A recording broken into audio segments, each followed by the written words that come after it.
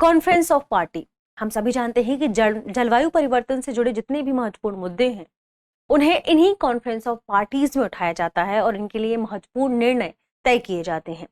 इन निर्णयों को तय करने के बाद विभिन्न देश अपनी प्रतिबद्धता जताते हैं और उन निर्णयों को या जो लक्ष्य निर्धारित किए जाते हैं उन लक्ष्य को हासिल करने में अपने अपने बारे में डिस्कशन करते हैं और फिर वे देश जाकर अपने स्तर पर नीतियों का निर्माण करते हैं ताकि जलवायु परिवर्तन के नकारात्मक प्रभाव से निपटा जा सके। अभी हाल ही में G20 के एक शिखर सम्मेलन का आयोजन किया गया था नई दिल्ली में। इसमें विभिन्न पक्ष आकर जलवायु परिवर्तन पर चर्चा करने वाले थे, जिसमें से कुछ महत्वपूर्ण मुद्दों पर चर्चा भी हुई है। दृष्टि आईएएस के फोकस प्रोग्राम में एक बार फिर से आपका स्वागत है। मैं हूं गीतांजलि शुक्ला और आज हम चर्चा करने वाले हैं G20 के इन्हीं खास मुद्दों के संबंध में जो जलवायु परिवर्तन से जुड़े हुए थे या जलवायु परिवर्तन से संबंधित है। आइए देखते हैं सबसे पहले आज के हमारे विषय को और आज के विषय में हम किन खास बिंदुओं पर चर्चा करने वाले हैं उस सेगमेंट को। आज का हमारा विषय है G20 का जलवायु से जुड़ा वादा महत्वपूर्ण क्यों है लेकिन पर्याप्त नहीं है, तो इसके मुख्य कारण क्या है। देखेंगे सबसे पहले हम खबर को, खबर के बाद यह खबर सुर्खियों में क्यों आ गई है, इसके बाद इसे लेकर क्या स्थिति अभी वर्तमान में मौजूद है विकसित देशों के लेवल पर या विकासशील देशों के लेवल पर, इन्हें भी समझेंगे। इसके बाद जानेंगे इंटरनेशनल सोलर अलायंस की क्या भूमिका है नवीकरणीय ऊर्जा को लेकर या विभिन्न मुद्दों को लेकर। फिर अंत में समझेंगे फंड एवं अन्य चुनौतियों को, यानी जो लक्ष्य G20 के इस मंच में निर्धारित किया गया है विभिन्न देशों के द्वारा, उसे सुनिश्चित करने में क्या क्या चुनौतियां आ सकती हैं और फंड की समस्या कहां तक यहाँ पर शामिल की जाती है। अंत में एक प्रश्न होगा जो कि प्रीलिम्स के लेवल पर होगा, इसका जवाब आपको कमेंट सेक्शन में देना है। आपको यह भी बताना है कि यह पूरा विषय सामान्य अध्ययन या GS प्रश्न पत्र के किस खंड से संबंधित है।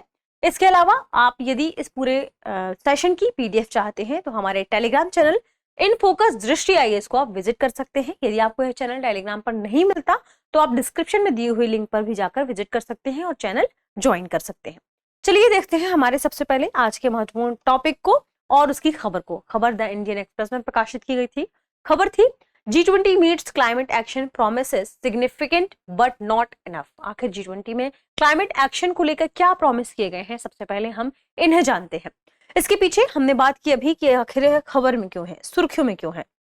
अभी हमने चर्चा भी की कि G20 का शिखर सम्मेलन हुआ नई दिल्ली में, जिसपे विभिन्न देशों ने एक साथ मिलकर जलवायु परिवर्तन के मुद्दे पर भी कुछ निर्णय लिए हैं, कुछ लक्ष्य निर्धारित किए हैं, जिस लक्ष्य में महत्वपूर्ण रूप से शामिल क्या है कि वर्ष 2030 तक ये सभी देश आपस में मिलकर वैश्विक नवीकरणीय ऊर्जा यानी रिन्यूएबल एनर्जी, नवीकरणीय ऊर्जा क्षमता को 3 गुना तक बढ़ा देंगे। यानी अभी वर्तमान में जो वैश्विक लेवल पर नवीकरणीय ऊर्जा क्षमता हमारे पास निर्धारित की गई है वह वर्ष 2030 तक 3 गुना करने का लक्ष्य इस मंच के द्वारा लिया गया है, निर्धारित किया गया है। अब बात करते हैं कि आने वाले समय में चूंकि कॉन्फ्रेंस ऑफ पार्टी होने वाली है, COP 28 होने वाली है, तो उसके मंच में भी कुछ खास जलवायु कार्रवाइयों को बढ़ावा दिया जाएगा।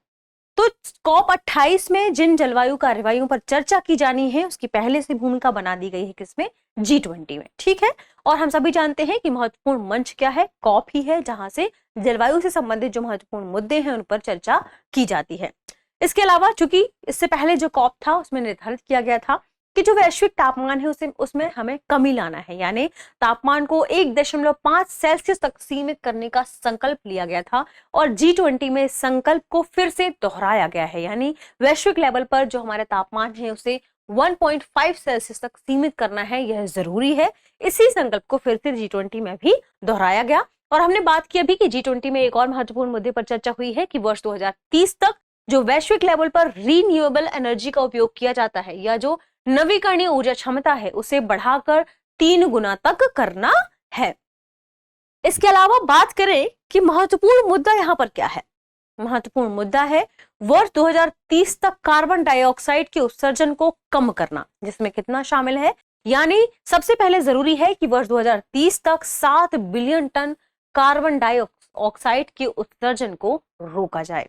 आइए देखते हैं कि वर्तमान में क्या स्थिति मौजूद है। यदि वर्तमान की स्थिति की हम बात करते हैं तो हम सभी जानते हैं कि रूस और सऊदी अरब वे देश हैं जो जीवाश्म ईंधन पर या इनके उत्पादन के या इनके उत्पादक देशों के रूप में जाने जाते हैं, क्योंकि इन क्षेत्रों में सबसे ज्यादा जो पारंपरिक ऊर्जा के स्रोत हैं उनका उत्पादन किया जाता है। ऐसे में ये देश इसका लगातार विरोध करते दिखाई दे रहे हैं। फिर भी G20 का मंच वह मंच है जिसमें सभी देशों के बारे में या वैश्विक लेवल पर सोचा जाता है। ऐसे में इन देशों ने निर्धारित किया कि इन देशों की प्रारंभिक आपत्तियों के बावजूद भी हम तय करेंगे कि हम 2030 तक रीन्यूएबल एनर्जी को, इसकी क्षमता को 3 गुना तक बढ़ाएंगे।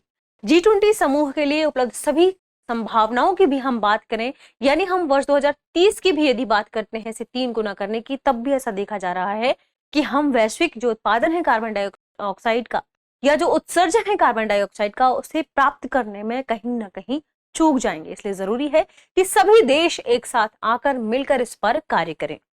इसमें जरूरी है कि नवीकरणीय ऊर्जा दुनिया भर में तीव्र गति से फैल रही है और इसे बढ़ावा देने के लिए विभिन्न सरकारों को अपने देश के स्तर पर नीति बनाने की जरूरत है। ऐसे में सभी देशों को इसके बारे में सुझाव देने की भी जरूरत है। यदि बात करें रीन्यूएबल एनर्जी के संदर्भ में ही, तो हमने चर्चा की कि वैश्विक स्तर पर रीन्यूएबल एनर्जी लगातार बढ़ रही है, लगातार फैल रही है। हर साल वार्षिक क्षमता वृद्धि लगभग 10% तक बढ़ी हुई देखी जा रही है। लेकिन सबसे ज्यादा तो जो दबाव बनाए जा रहे हैं वे विकसित देशों के द्वारा ही बनाए जा रहे हैं। यानी रीन्यूएबल एनर्जी को बढ़ावा देने के लिए सबसे ज्यादा दबाव है विकसित देशों की तरफ, क्योंकि उन्होंने तो पिछले कई वर्षों से अपने देश के विकास में या अपने क्षेत्र के विकास के लिए जलवायु परिवर्तन के संदर्भ में यदि बात करें तो सबसे ज्यादा कार्बन डाइऑक्साइड का उत्सर्जन उन्हीं देशों ने किया है। अब बारी आती है विकासशील देशों के बारे में, तो बहुत से ऐसे देश हैं, जैसे आप बात करें अफ्रीकी महाद्वीप, तो वहां के देश अभी भी इसे झेल पाने में या कहें कि नवीकरणीय ऊर्जा को बढ़ावा देने में सक्षम नहीं है। ऐसे में जरूरी है कि जो विकसित देश हैं वे फंड की उपलब्धता सुनिश्चित करें। विकासशील देशों की यदि हम बात करें तो भारत और चीन जैसे ऐसे विकासशील देश हैं जो इसे एक बेहतर विकल्प के तौर पर देख रहे हैं। यानी वे कार्बन डाइऑक्साइड के उत्सर्जन को कम करने की ओर ध्यान आकृष्ट कर रहे हैं और ये मानते हैं कि उन्हें ऊर्जा के नवीकरणीय संसाधनों का उपयोग करना चाहिए। इस स्थिति में आप एक मैप देख सकते हैं और एक सारणी भी देख सकते हैं जिसमें क्रमवार जो पिछले कई वर्षों का ट्रेंड है वो बताया जा रहा है रीन्यूएबल एनर्जी को लेकर। आप देख सकते हैं ईयर ऑन ईयर, यानी वर्ष 10 वर्ष भारत और चीन में किस तरीके से वृद्धि देखी गई है। यदि आप इंडिया की बात करते हैं ग्रोथ के लेवल पर, तो रीन्यूएबल एनर्जी कैपेसिटी को लेकर वर्ष 2019-20 की यदि हम बात करें तो यह 8.66% था। वहीं वर्ष 2019 में चाइना 9.11% के साथ बढ़ रहा था। ठीक है, वर्ष 2021 और 21-22 की बात करें तो भारत ने 9.42% और क्रमशः 10.77% की बढ़ोतरी की है। वहीं चाइना ने इन्हीं वर्षों में 13.41% और 13.78% की बढ़ोतरी की है। चाइना का लेवल आप देख सकते हैं अच्छा है, लेकिन इंडिया भी यहाँ लगातार प्रगति कर रही है। ऐसे में इंटरनेशनल सोलर अलायंस भी एक महत्वपूर्ण मुद्दा बनकर आ सकता है, एक बेहतरीन संस्था बनकर सामने आ सकती है जो सोलर एनर्जी को लगातार बढ़ावा दे रही है, न केवल भारत में बल्कि वैश्विक लेवल पर भी, क्योंकि यह एक बहुसदस्यीय कहें बहुदेशीय कंपनी है। ठीक है, अब बात करते हैं वर्तमान स्थिति के संदर्भ में ही, तो नवीकरणीय ऊर्जा का विकास जलवायु परिवर्तन के खिलाफ लड़ाई में सबसे बेहतरीन योगदान के रूप में देखा जा सकता है। यदि हम बात करें आने वाले 7 वर्षों में, चूंकि ये वर्ष 2023 चल रहा है और हमें इस लक्ष्य को प्राप्त करना है वर्ष 2030 तक, तो 7 वर्षों में हमें हमारी नवीकरणीय ऊर्जा क्षमता को लगातार बढ़ाना है, क्योंकि वर्तमान में जो ऊर्जा क्षमता है वह लगभग 3400 गीगावाट है। इसे हमें आने वाले वर्षों में लगातार बढ़ाना है। ऐसे में दुनिया को हर साल लगभग 1000 गीगावाट नई क्षमताओं को जोड़ना है, ऐड करना है। इसी क्षेत्र में जो अंतर्राष्ट्रीय नवीकरणीय ऊर्जा एजेंसी है और जो IEE है, इसके साथ जो भी जलवायु परिवर्तन कार्यकर्ता हैं, वे लगातार जोर दे रहे हैं कि हमें जलवायु परिवर्तन के नकारात्मक प्रभावों को कम करने के लिए नवीकरणीय ऊर्जा का सहारा लेना चाहिए, अक्षय ऊर्जा का सहारा लेना चाहिए। जो पारंपरिक विधि है या जो जीवाश्म ईंधन से प्राप्त है उन्हें कम से कम उनका इस्तेमाल करना चाहिए। ठीक है, अब बात करें जो हम लगातार हर वर्ष बढ़ रहे हैं नवीकरणीय ऊर्जा की ओर, उसमें सबसे ज्यादा जो स्टेक है या कहें सबसे ज्यादा जो देखा गया है बढ़ोतरी वह है सोलर एनर्जी। यानी सोलर एनर्जी के माध्यम से लगातार नवीकरणीय ऊर्जा में वृद्धि देखने को मिल रही है वैश्विक लेवल पर और भारत में भी। ठीक है, अब बात करते हैं कि यदि हमें इसी ओर आगे बढ़ना है तो उच्च वार्षिक विकास दर के लिए सरकारों से अपने क्षेत्र पर नीतिगत रूप से पॉलिसी बनाने की जरूरत है। उन्हें अपने देशों के स्तर पर ही पॉलिसी बनाने की जरूरत है ताकि नवीकरणीय ऊर्जा को बढ़ावा दिया जा सके और कार्बन डाइऑक्साइड के उत्सर्जन को कम किया जा सके। अब आइए जानते हैं कि इसमें आईएसए की क्या भूमिका हो सकती है, यानी इंटरनेशनल सोलर अलायंस की भूमिका क्या हो सकती है। हम सभी जानते हैं कि इसकी स्थापना हुई थी वर्ष 2015 में। ये एक महत्वपूर्ण संस्था है। अब आपको बताना है कि इसके पीछे की भूमिका कब निर्धारित की गई थी और आपको यह भी बताना है कि इसका मुख्यालय कहां पर है, किन देशों के साथ मिलकर भारत ने इसके बारे में सबसे पहले चर्चा की थी। देखिए, यदि हमें नवीकरणीय ऊर्जा के क्षेत्र में इस लक्ष्य को प्राप्त करना है आने वाले 7 वर्षों में या कार्बन डाइऑक्साइड के उत्सर्जन को कम करना है तो हमें महत्वपूर्ण रूप से 3 बिंदुओं पर ध्यान देना होगा। यानी इस लक्ष्य को प्राप्त करने की कुंजी क्या है? सबसे पहले ऊर्जा पहुंच की कम पहुंच वाले देशों में पर्याप्त वित्तीय संसाधनों को जुटाना होगा। हमें उन देशों में जहां पर अभी भी ऊर्जा की पहुंच बहुत कम है, वे बहुत ही गरीब देश हैं, वहां तक हमें वित्तीय संसाधनों को फंड की उपलब्धता प्रोवाइड करानी होगी। यानी वित्तीय संसाधनों को उपलब्धता वहां करानी होगी। इसके अलावा उन्हें उनके पूरे क्षेत्र में अवसरों का निर्माण करना होगा, रोजगार का सृजन करना होगा। इसके अलावा बुनियादी ढांचे, नीतिगत वातावरण और कौशल विकास को ध्यान देना होगा, स्किल डेवलपमेंट पर ध्यान देना होगा। तो इन सभी बिंदुओं पर हमें ध्यान देने के बाद ही हम इस पूरे लक्ष्य को प्राप्त कर सकते हैं। इसके अलावा जलवायु कार्य योजनाओं के लिए लगभग 135 देशों ने कहा है कि वे नवीकरणीय ऊर्जा की ओर कार्य कर रहे हैं। लेकिन हमने जैसे चर्चा की अफ्रीकी महाद्वीप के संदर्भ में उन्हें बहुत सारे ऐसे देश हैं जो कि अभी भी गरीबी वाली स्थिति में जीवन जी रहे हैं। ऐसे में उन्हें नवीकरणीय ऊर्जा की ओर आगे बढ़ने के लिए जरूरी है कि आप या विकसित देश उन्हें फंड मुहैया कराएं। यानी सबसे बड़ी जो चुनौती हमारे सामने निकल कर आ रही है वह है फंड की चुनौती। ठीक है, पिछले 5 वर्षों में देखा गया कि प्रत्येक वर्ष वैश्विक क्षमता वृद्धि में भारत और चीन का जो प्रतिशत है वह 50% से भी अधिक है। यानी जो नवीकरणीय ऊर्जा पिछले 5 से 7 वर्षों में बढ़ी है उसमें सबसे ज्यादा पार्टिसिपेशन दिखाया है विकासशील देशों में, भारत और चीन ने। यानी इन्होंने 50% से भी अधिक नवीकरणीय ऊर्जा में अपना सहयोग दिया है। ठीक है, वर्तमान में स्थापित 295 की बात कर रहे हैं हम वर्ष 2022 के बारे में। तो वर्ष 2022 में वर्तमान में 295 गीगावाट स्थापित किए गए हैं, जिसमें से अकेले ध्यान रखेगा 140 गीगावाट किसका है? चीन का, जो अपने आप में लगभग 48% को होल्ड करता है। यानी चीन लगातार तेजी से बढ़ रहा है विकासशील देशों में नवीकरणीय ऊर्जा को लेकर। अफ्रीका में 3 गुना लक्ष्य हासिल करना लगभग मुश्किल दिखाई दे रहा है, इसलिए इन्हें प्रोत्साहन की जरूरत है। इन देशों को प्रोत्साहन और इसके अलावा स्किल डेवलपमेंट की जरूरत है ताकि इन क्षेत्रों में भी नवीकरणीय ऊर्जा के विकास को बढ़ावा दिया जा सके। ठीक है, इसके बाद यदि हम बात करते हैं आईएसए के बारे में ही कि आईएसए की भूमिका क्यों महत्वपूर्ण हो जाती है, तो हमने अभी चर्चा कर ली। G20 में तो हमने अपनी प्रतिबद्धता जाहिर कर ही दी। इस प्रतिबद्धता को इस वर्ष दुबई में COP28 की जो जलवायु परिवर्तन बैठक होने वाली है उसमें भी उठाए जाने की जरूरत है। यहाँ सबसे ज्यादा जो सहायक होगा वह होगा आईएसए यानी इंटरनेशनल सोलर अलायंस। ठीक है, यानी अंतरराष्ट्रीय सौर गठबंधन जैसी बहुपक्षीय संस्था इसमें अपनी महत्वपूर्ण भूमिका निभा सकती है। यही संस्था है जो वैश्विक लेवल पर नवीकरणीय ऊर्जा के विकासशील देशों में इस नवीकरणीय ऊर्जा को बढ़ावा देने के लिए कार्य कर सकती है। नई नवीकरणीय ऊर्जा क्षमताओं में 50% से भी अधिक वृद्धि देखी गई है। किसके लेवल पर? सौर ऊर्जा को लेकर, जिसके बारे में हमने चर्चा भी की कि भले ही वैश्विक लेवल पर नवीकरणीय ऊर्जा बढ़ रही है लेकिन इसमें सबसे ज्यादा जो प्रतिशत है वह है सोलर एनर्जी का।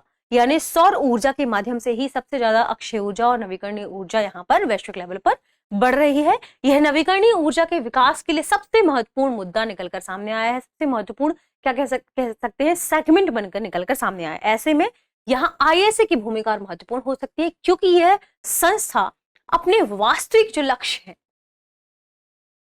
वह उन लक्ष्यों को यदि पहचाने ले और अपने लक्ष्यों को प्राप्त करने के लिए लगातार कार्य करे तो यह सबसे महत्वपूर्ण संस्था के रूप में निकलकर सामने आ सकती है वैश्विक लेवल पर, क्योंकि इसमें बहुत सारे देश आपस में मिलकर कार्य कर रहे हैं।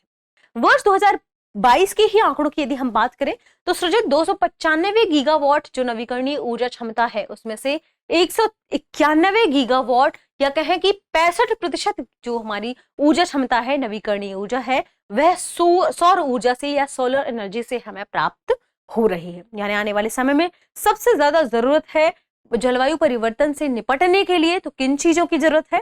पहला, हमें कम और शून्य कार्बन हाइड्रोजन का उत्पादन, परिवहन और उपयोग करना होगा। इसके लिए जो हम हाइड्रोजन को लेकर यानी ग्रीन हाइड्रोजन इनोवेशन इसकी बात करते हैं, ये अपने आप में महत्वपूर्ण मुद्दा है और इसे फिर से शुरू करने की बात है और भारत इसके क्षेत्र में आगे कार्य कर रहा है। दूसरा, सौर मिनी ग्रिड को सक्षम करने की आवश्यकता है। बिल्कुल, हमें अब जो भी हमारी सौर ऊर्जा से रिलेटेड मिनी ग्रिड है उन्हें विभिन्न क्षेत्रों में स्थापित करके उन्हें सक्षम करने की जरूरत है ताकि हम सोलर एनर्जी का उत्पादन कर सके। इसके अलावा सौर मिनी ग्रिड में निजी क्षेत्र के निवेश को बढ़ावा देने की जरूरत है ताकि जब निजी क्षेत्र इसमें पार्टिसिपेशन दिखाएगा तो यह क्षेत्र या कहें यह सेगमेंट, एनर्जी का यह सेगमेंट तेजी से आगे बढ़ेगा। तो इन चीजों की हमें जरूरत है। इसके लिए हमें ISA पर ध्यान केंद्रित करने की जरूरत है और इसलिए इंटरनेशनल सोलर अलायंस हमारे लिए महत्वपूर्ण हो जाता है।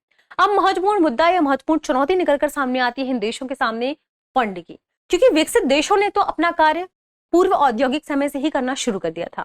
उस समय से ही लगातार कार्य कर रहे हैं और उन्होंने कार्बन डाइऑक्साइड के उत्सर्जन में सबसे बड़ी भूमिका निभाई है। अब बात आती है विकासशील देशों की, तो विकासशील देशों को कार्बन डाइऑक्साइड उत्सर्जन को कम करने के लिए नवीकरणीय ऊर्जा को स्थापित करने की आवश्यकता तो है, लेकिन ऐसे बहुत से विकासशील देश हैं जहां इनके पास फंड की उपलब्धता नहीं है, इनके पास किसी भी प्रकार की धनराशि नहीं है, ऐसे में इनके पास स्किल नहीं है। तो ऐसे में विकसित देशों को ही इन्हें फंड प्रोवाइड कराना होगा और इन्हें स्किल के लिए कई वर्कर्स भी प्रोवाइड करने होंगे ताकि उस क्षेत्र के लोग और स्किल्ड हो सके और नवीकरणीय ऊर्जा के लिए बेहतरीन कार्य कर सके। आने वाले वर्षों में वहां के देशों की जो सरकारें हैं वे पॉलिसी बना सकें, क्योंकि अभी हम देख रहे हैं कि जमीनी स्तर पर आप बहुत गौर से देखें तो अफ्रीका के ऐसे कई देश हैं जहां पर स्थिति ऐसी नहीं है कि वे नवीकरणीय ऊर्जा से जुड़े जो उपकरण हैं वे अकेले अपने दम पर खरीद पाए। ऐसे में विकसित देशों को फंड मुहैया कराना चाहिए। ठीक है, वर्ष 2050 तक प्रतिवर्ष लगभग 5.3 ट्रिलियन अमेरिकी डॉलर के निवेश की आवश्यकता बताई जा रही है। इस तरीके से ही नवीकरणीय ऊर्जा के जो लक्ष्य है उसे हम प्राप्त कर सकते हैं। ठीक है, इसके अलावा हमने अभी चर्चा भी कर ली कि सबसे महत्वपूर्ण चुनौती है वित्तीय संकट। ऐसे में विकसित देशों को आगे आना चाहिए। वर्ष 2030 तक तिगुना लक्ष्य हासिल कर भी लिया जाए तब भी हम अकेले 1.5 यानी 1.5 डिग्री सेल्सियस के जो लक्ष्य है कार्बन डाइऑक्साइड को कम करने की या सीमित करने की, उस लक्ष्य को हम कैसे हासिल कर पाएंगे जबकि लगातार जनसंख्या बढ़ रही है, लगातार जो कार्बन डाइऑक्साइड का उत्सर्जन है वह बढ़ रहा है। ऐसे में यह भी एक समस्या के रूप में निकलकर सामने आता है और इस मुद्दे पर चर्चा होगी COP28। क्योंकि आप कह सकते हैं कि G20 वह मंच नहीं है जहां पर पर्यावरणीय संबंधी मुद्दों पर चर्चा की जाए, लेकिन फिर भी G20 ने एक दायित्व तो निभाया ही, क्योंकि इन देशों ने आपस में मिलकर जलवायु परिवर्तन से जुड़े महत्वपूर्ण मुद्दों पर चर्चा की और एक लक्ष्य डिसाइड किया। लेकिन जो COP के मंच है वही महत्वपूर्ण मंच है जो जलवायु परिवर्तन से संबंधित महत्वपूर्ण मुद्दों पर चर्चा करते हैं और हर बार कुछ लक्ष्यों को तय करते हैं। अधिक उत्सर्जन में कटौती, जीवाश्म ईंधन को चरणबद्ध तरीके से समाप्त करना और वित्तीय संसाधनों का बड़े पैमाने पर जुटाना, यही हमारे भविष्य की आवश्यकताएं हैं, जिनमें सबसे ज्यादा जरूरी है अधिक उत्सर्जन को कम करना, क्योंकि जीवाश्म ईंधन के उत्सर्जन को हम लगातार कम कर रहे हैं नवीकरणीय ऊर्जा के माध्यम से, लेकिन जो कार्बन डाइऑक्साइड का उत्सर्जन है उसे कम करना हमारी वर्तमान में सबसे बड़ी जरूरी आवश्यकता बन गई है। ठीक है, ऐसे में G20 देशों में वित्तीय कार्रवाई को प्रेरित करने की क्षमता एक महत्वपूर्ण कड़ी मानी जा सकती है। ये तो हमने देखा G20 के विभिन्न देशों के संदर्भ में और उन्होंने क्या चर्चाएं की जलवायु परिवर्तन के संदर्भ में। आइए जानते हैं आज के हमारे प्रश्न को। प्रश्न है, निम्नलिखित कथनों पर विचार कीजिए। G20 देशों ने वर्ष 2030 तक वैश्विक नवीकरणीय ऊर्जा क्षमता को 3 गुना करने की प्रतिबद्धता जताई है। दूसरा कथन है, वर्ष 2022 में लगभग 295 गीगावाट नई क्षमता जोड़ी गई जो अब तक की सबसे अधिक क्षमता है। कूट है, उपयुक्त में से कौन सा कथन सही है? केवल एक, केवल दो, एक और दो, दोनों, ना तो एक और ना ही दो। इस प्रश्न का सही जवाब कमेंट सेक्शन में देना ना भूलें। मिलते हैं हमारे अगले विषय के साथ, तब तक पढ़ते रहिए, रिवीजन करते रहिए। शुक्रिया।